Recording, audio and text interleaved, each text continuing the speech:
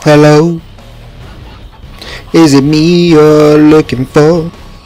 Never would have thought that I would sing into the beginning of a video. You actually thought that was Lionel Richie, didn't you? I saw your face. You thought that was Lionel Richie. This is going to be 18 and 1 on SeaTown. You've actually seen some of this already. I got my girlfriend to commentate over the ace that was in this game. That went down well. Got a lot more views than mine did. Thanks, guys. Way to have my back there. Cheers. No, but if you have seen that ace, then it does not ruin this clip. There's still another 12 kills in this, obviously, and there's one more death, so you get to enjoy that. It is still a good game, apart from, if you can see, there is a slight lag issue, although this is the last clip I'll ever upload with this lag issue. I've had it for a while. I've had it since my girlfriend commentated over the ace. I've said it so much, I'm going to have to link it on the screen so you can see that if you want. But, yeah, I've now got an Ethernet cable. I bought a 20 meter Ethernet cable which now runs out of my room, down the side of the house and into the router, so I'm getting the 60 meg through to my Xbox. So that should be the end of laggy clips. Oh, I can't stop burping. Thank God. This will be the end of it, yeah. Although I'm sure you'll agree, it's a shame that this game was laggy, because 18 and 1 is no small feat. Nobody's got small feet unless you're a midget. But this was a good game, and it's a shame it did get ruined by a bit of lag. I can't really see just how bad the lag is at the moment, but I'm sure it's not terrible, but it is noticeable. So I'm running and gunning with my PP90M1, and way to go. There's a fucking camper with his dual wield akimbo. Oh, I forgot the name of the guns. FM9s. And he can go suck a fat dick. That's why I rage quit. These arseholes who randomly strafes outside of a door. But that doesn't matter. I remember my pressure points. Woo-sa! Okay. I'm ready for the rest of the game. I don't die again. I learnt my lesson. And this is the clip that you saw from Amy's. Yes, my girlfriend's name is Amy. From Amy's commentary. So, I don't really know what to say about this, because the chances are you have seen this, and you've already heard her commentate over it. So, I'll speak to you about my kind of gaming setups on Call of Duty. Not my gaming setup in my house. If you want to see my gaming setup in my house, I can show you it in a picture, because my room is the size of a cupboard. But, my gaming setup, I've really played on 10 sensitivity, purely because I wanted to play on the highest sensitivity, with those brackets saying insane, you know, you've got to.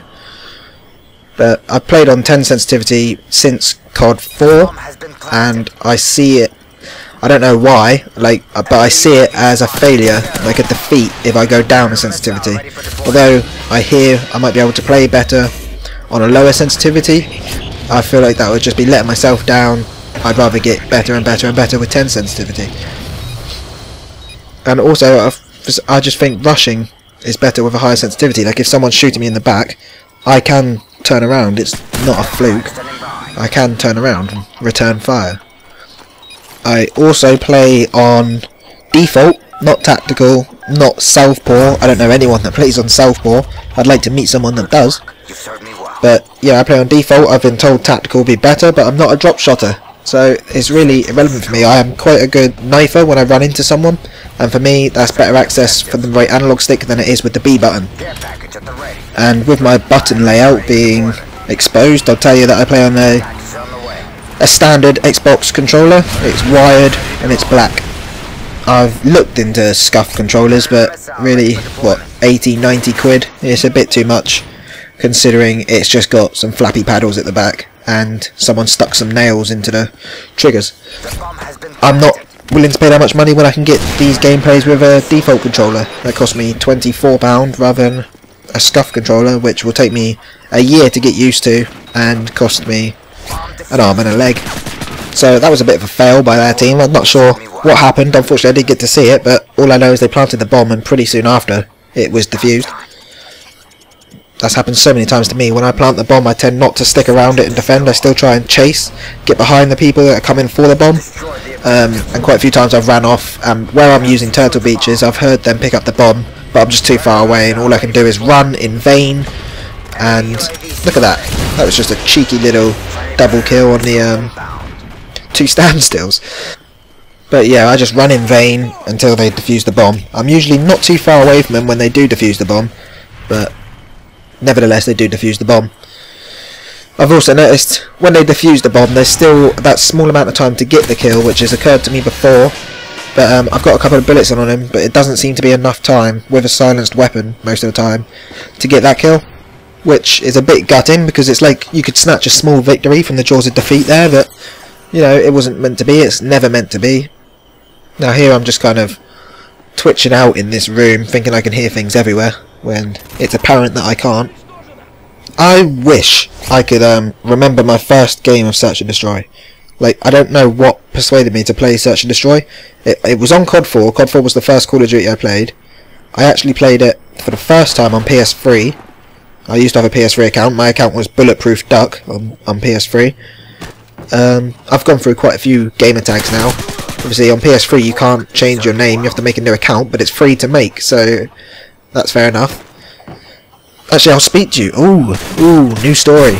I can speak to you about where I got the name Bulletproof Duck from, and I actually stole it. Not stole it as such, but a good game on PS3 which I really enjoyed was Resistance Fall of Man, and I played that quite a lot, and I was playing online, and generally we got good lobbies. I was playing by myself most of the time.